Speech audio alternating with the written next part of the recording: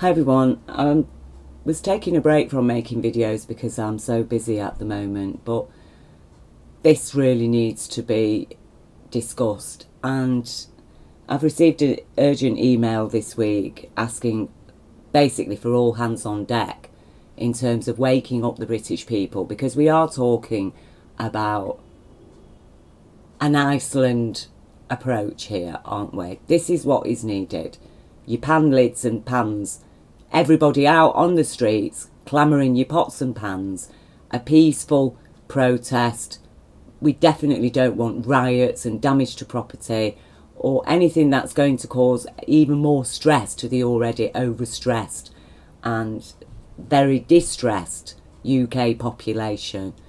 That people are really struggling and suffering, and this is why the people of Iceland came out en masse, because they understood this. They could see what was coming, because their country obviously isn't as horrifically corrupt as ours. Their media obviously isn't corrupt as our media. People were informed, and they informed each other, and they took action, and they said no. Okay, they said no to this evil debt that we've been burdened with. The interest bill on Britain's 1.27 trillion debt to hit 1 billion a week. You see, we're paying 1 billion a week in interest on the debt to bail out the banks. The banks, basically, the World Bank had to create money out of thin air to loan to the British nation so that we could bail out the banks, and we're paying 1 billion a week interest on it. 1 billion a week. Okay? And on top of that, we are now paying 2,000 million a week for Brexit. What kind of government, what kind of leadership imposes that on the population, on a population that they've already forced without our consent to commit to paying £1 billion a week interest rates on a bailout for a load of criminals? And it's those same criminals that have orchestrated Brexit. Brexit that we know was an evil campaign launched largely by Conservative ministers who directly hired a corporation like Cambridge Analytica, which is what? A social engineering corporation. That's what it is there for. It's up for hire. What does it do? It's social engineering. It uses social media, Facebook, Twitter, the internet. It employs trolls, online trolls, where one person can be 100 different identities. And they paid them. Millions were poured into it. It was illegal. They operated illegally. We know for a fact that, the UK court have decided that the referendum was actually corrupt, and that the Brexit side, the Leave campaign, had acted unlawfully in terms of its spending. And they poured all this money into persuading people, and Cambridge Analytica, it admits that its foundation is fear. It's the foundation for Brexit was fear, and that's what they fed on. That's what they fed, this xenophobic hatred that has caused harm and injury to the British population, to members of the British public. Jo Cox MP was stabbed through the heart.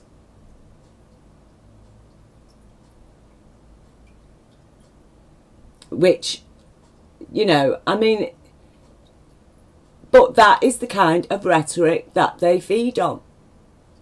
This xenophobic, Islamophobia, anti-immigration, Did immigrants crash the banks?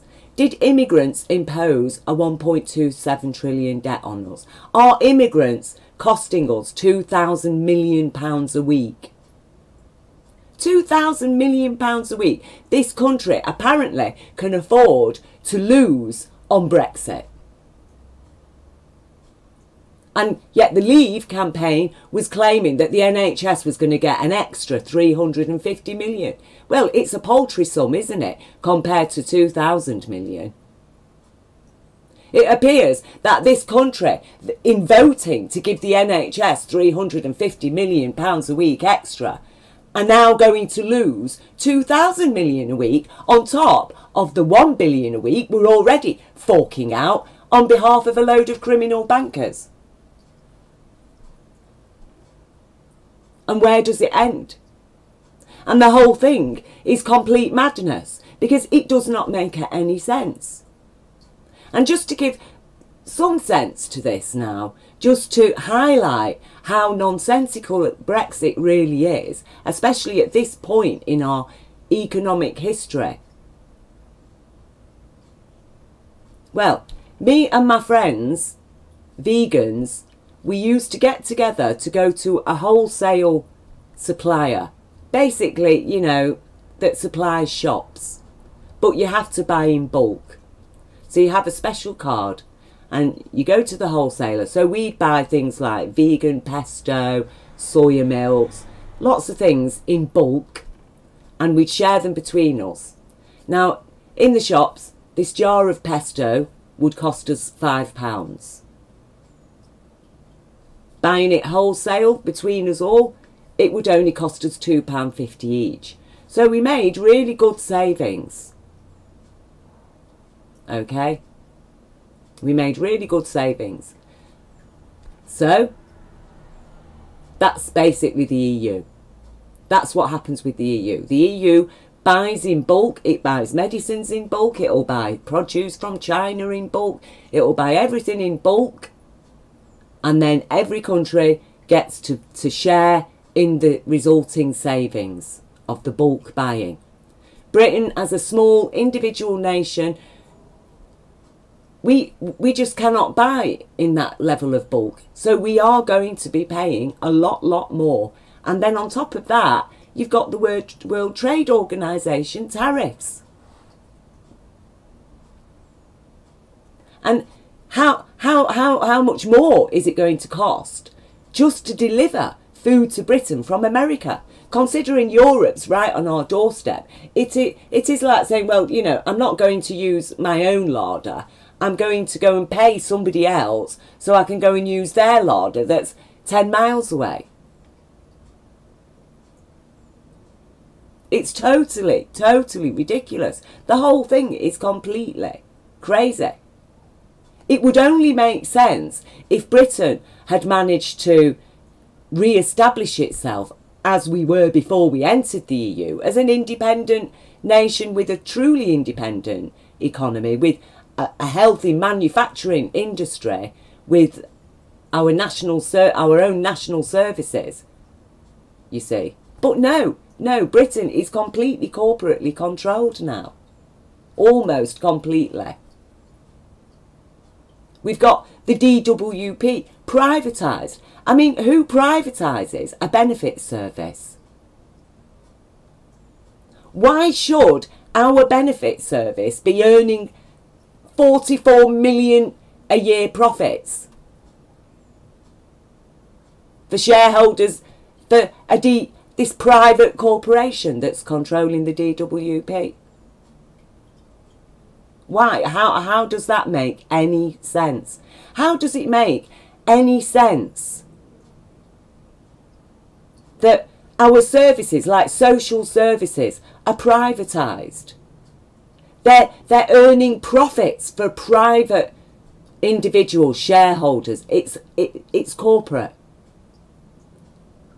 They're earning profits from taking children from their family homes. A child in care in one of these corporate children's homes is worth £200,000 a year payouts in government money. Well, why isn't this government prepared to even pay the parents of those children a decent living wage? But, oh, once that child is in the hands of a private corporation, suddenly it's worth £200,000 a year. If you gave every family £200,000 a year for each child, you know, this economic stress has an impact on parenting. It has a psychological and emotional and a physical impact. And we witnessed it with the 120,000 people, that's the official figure, who've died directly through austerity. And that does include people who are unemployed, being put on sanctions, people having to suddenly pay bedroom tax, people being really unlawfully have their benefits stopped because, you know, Atos, another private corporation, has decided that actually, no, you're not ill, so therefore we're going to stop all your sick pay. We're going to stop your DLA. Oh, you're going to have to live on £40 a week, emergency payments. Well, until you go through this tribunal. It'll be 9 months to a year before you actually get to the tribunal. And people have died. People have died while waiting to appeal. And 80% of the people that do manage to survive to get to appeal win their appeals. 80%. That is disgusting. That is disgusting. You're making 80% out of 100 people, you're making 80 of them suffer because 20 of them apparently weren't entitled. That is outrageous. That is outrageous. For it to make any sense, the figures would have to be 20% win and 80% don't. You see? But the figures speak for themselves. The figures speak for themselves. So this is an attack. The British people have been under economic attack because the criminal activities of the banks themselves, that was an economic attack. And now we're being attacked economically even worse in order to bail them out. And now we're being attacked even economically worse for Brexit because the bankers made millions, hundreds of millions on Brexit. And I'll leave you a link of a video that explains exactly all of that. I haven't got the link up at the moment, but I will find it, and it's you know, it's a very good video explaining how the top financiers and people like Farage were all hedging their bets, and they made huge sums through Brexit. Directly through Brexit, they made huge sums. And without a care in the world about the consequences, and that the British public were going to be left to pick up the pieces. And it will be the first link, I can't even remember the name of it, but it will be the first link under this video. Check it out. Check it out. So we have this debt. Okay. From the banking bailout. 1.5 trillion debt. It's £1 billion a week. It's going to cost us, it's costing us £1 billion a week. The interest bill to hit £1 billion a week. That's just on the bankers' debt. And now we're paying 2,000 million a week for Brexit. And like I say, as soon as Parliament knew, they knew that we were never ever going to be able to just walk out of the EU. As the British public, obviously those that voted Brexit obviously believed that that was what was going to happen, that we voted leave and that's it, we're out. No, that was never going to happen because it is written within the legislation that that can't happen because of the impact on the countries that are financially dependent on a deal with Britain. So we were always going to need to make a deal. So the government lied to the British people because we weren't voting to remain or for Brexit. We were voting to remain or organise a new deal. We were voting for a new deal that is against the interests of the British population. A new deal that is totally in the interest of the corporations and the Zionist-controlled banking system. You see, we were lied to. We were lied to. The British people were lied to. Because that is what we were voting for in reality. Because the hard Brexit was never on the table. It just could not ever happen. That we just leave the EU. That's it. Hard Brexit. We're gone. That could never happen. The government knew it because it's in the legislation. That you have to have some sort of a deal. And without a deal, well, that's it. We're at the mercy of the corporate vampires that control America. That, you know, look at what they're doing to their own people. You know, people can't even afford insulin because the prices are, what, 20 times higher for insulin in America than anywhere else in the world.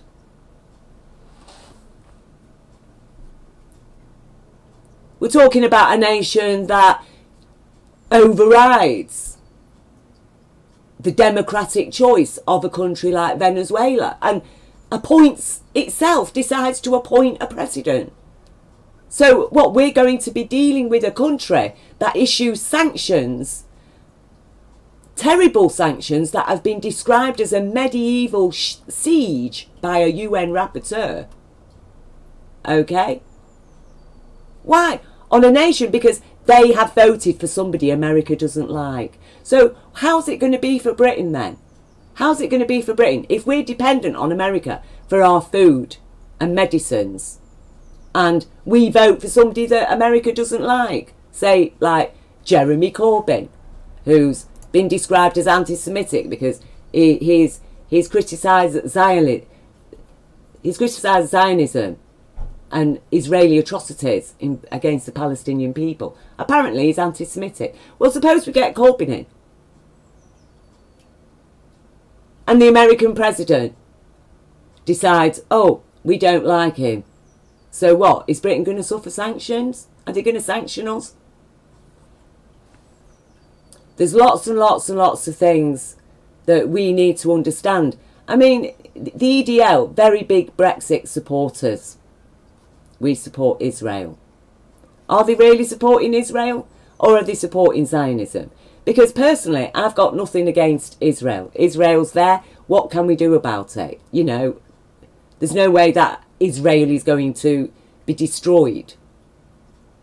So the only way is for the Israeli people and the Palestinian people to somehow unite and to establish peace in their land and to actually make it into a nice, lovely place, as actually the Holy Land really should be, as an example to the whole world, which it isn't at the moment. It's an example of outright criminal Nazism, really.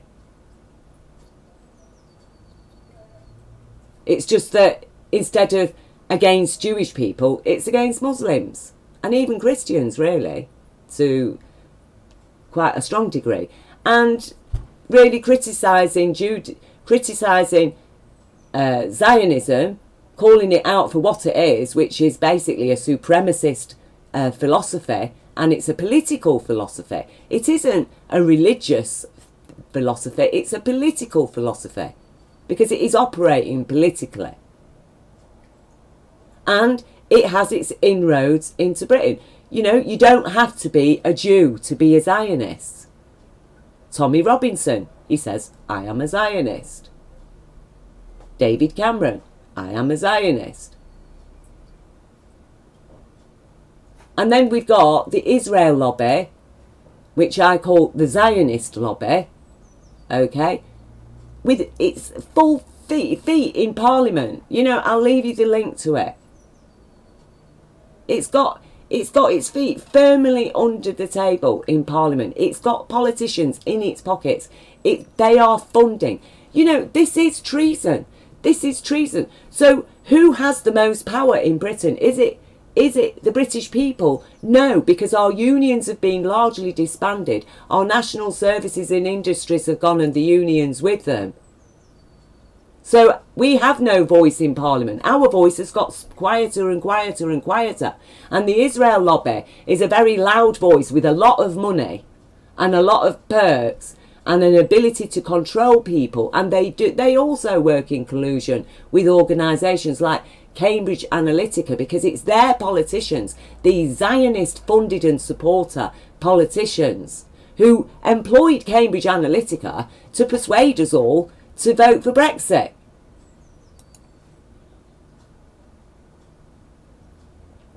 You see, because that's how they work. We know that it's this same Zionist money that's funding the EDL. I mean, where do they get all these flags from? And all their literature. Who is funding them? Who is funding them? Zionists. Zionists are funding them. Zionists are funding hatred in Britain. They funded politicians, of which the Tory Party is the most strongly Zionist. And through the Tory Party, they've managed to persuade British people through a pack of lies to basically vote to be stabbed in the back. Who votes for that? And as I've repeatedly said, I quite happily leave the EU. You know, I know it's corrupt, but I know our government is corrupt. But one thing I do stand by is with the European people who have collectively supported.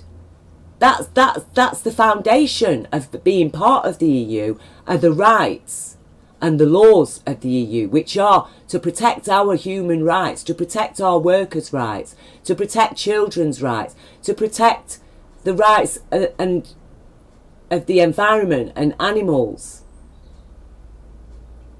food and health and safety regulations. A lot of the food that we'll be buying from America is banned in the EU. Britain has been told by America that if we want to do a trade deal with them, then we're going to have to abandon all the health and safety regulations that we are presently abiding by as part of being in the EU. Who votes for that? Who votes for that?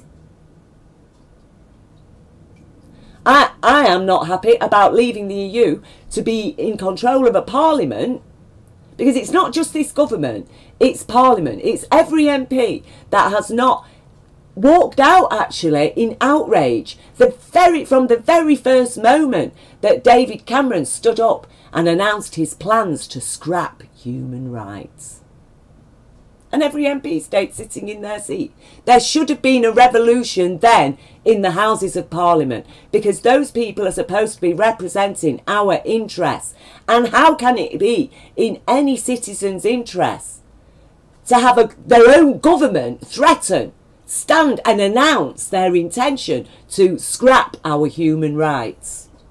And how were they ever going to do that unless we voted to leave the EU?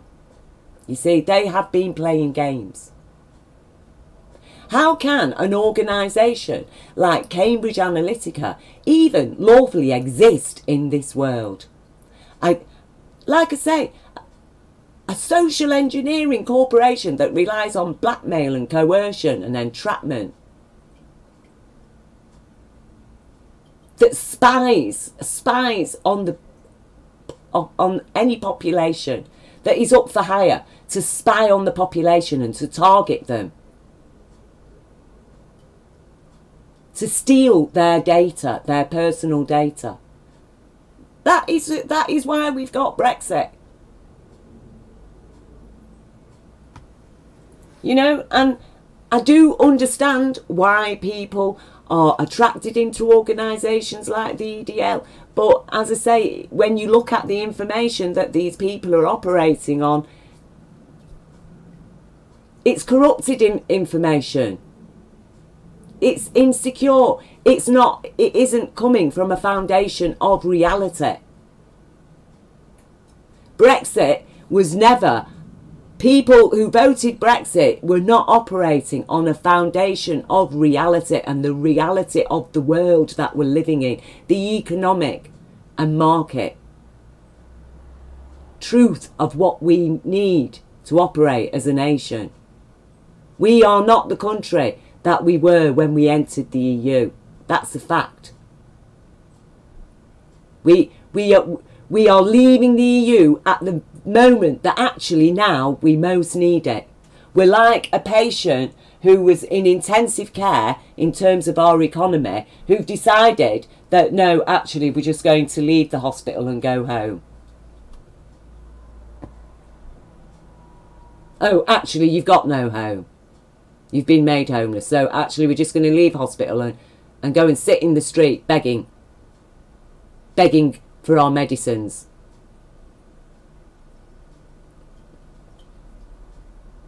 That is exactly where we are.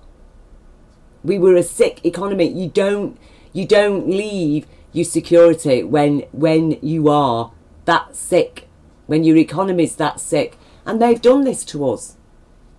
So, you know, as far as I'm concerned, this Tory government is a criminal government.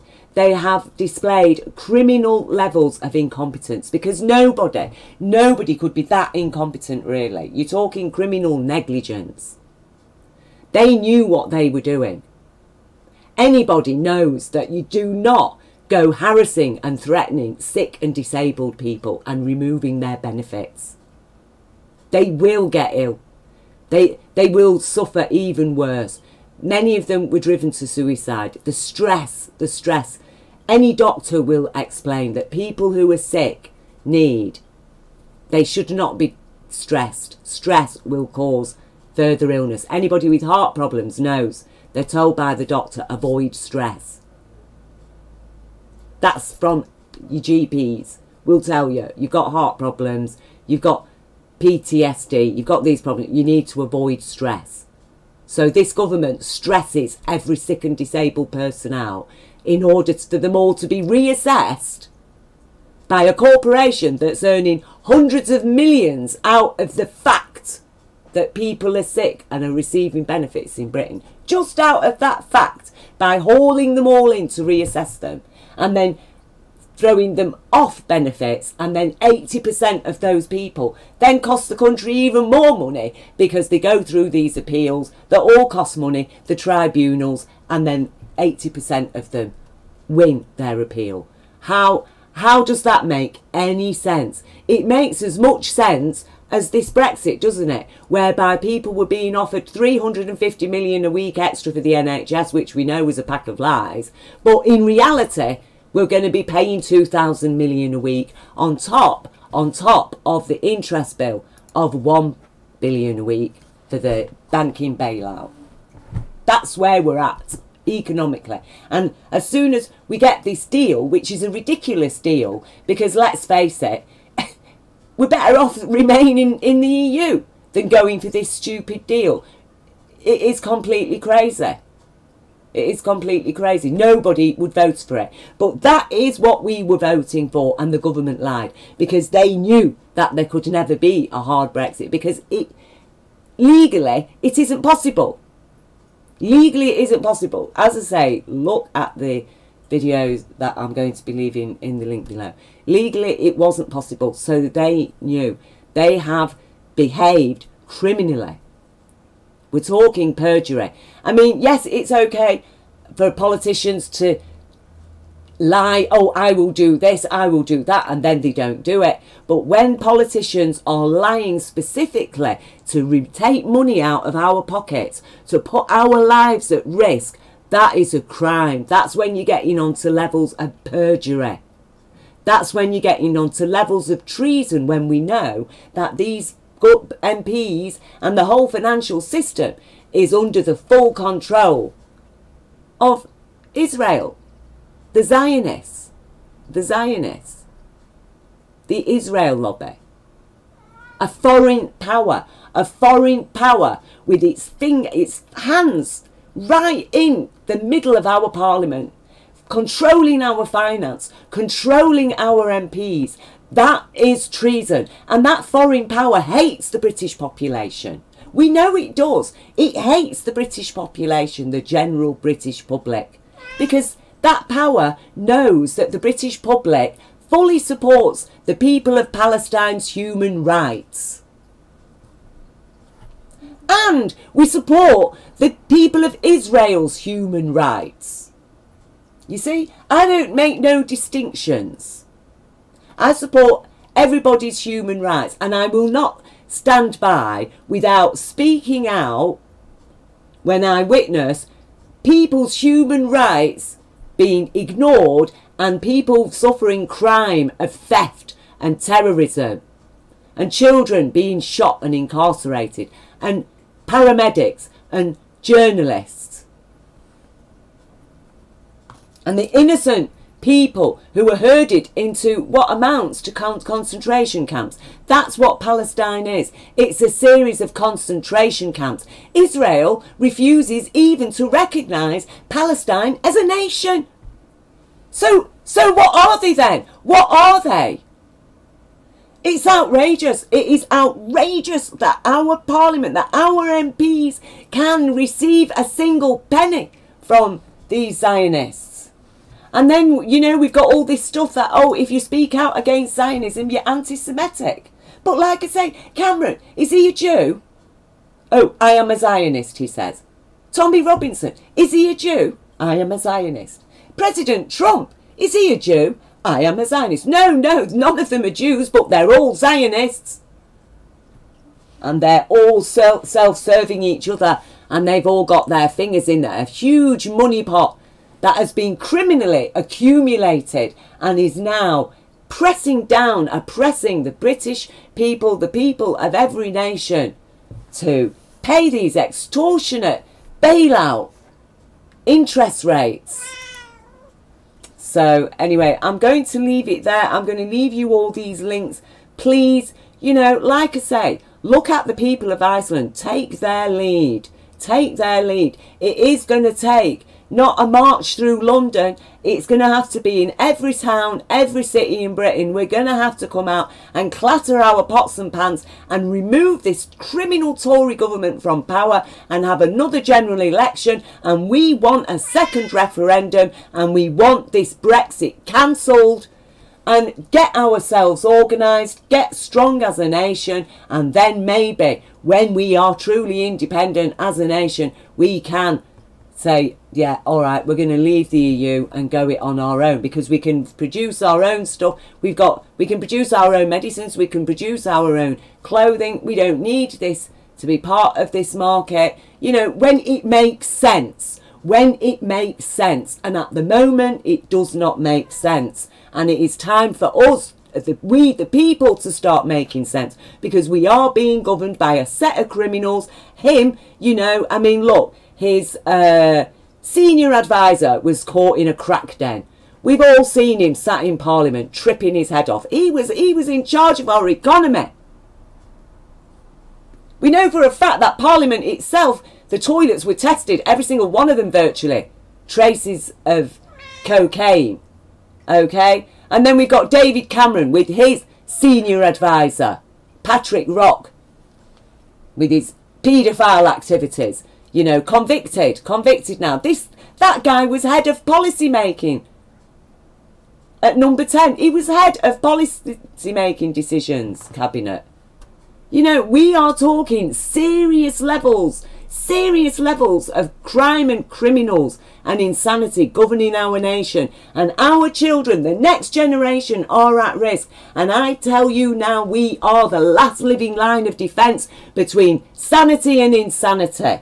Okay, and it is time for us to get sane, and as I say, we need to do it lawfully, we need to do it peacefully, because we don't want none of this mad rioting mayhem, because we know for a fact that that is exactly what they feed on. And yes, they will send their agent provocateurs to cause violence and blah, blah, blah, but we will stand up for our rights. And as I say, they do it in every town, every city. Come out with your pots and pans, with your pans and pan lids, bang them.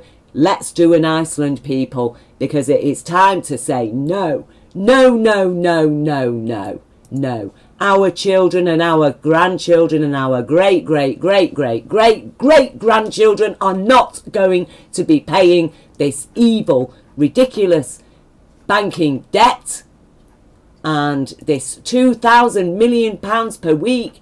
Absolutely outrageous. It is outrageous.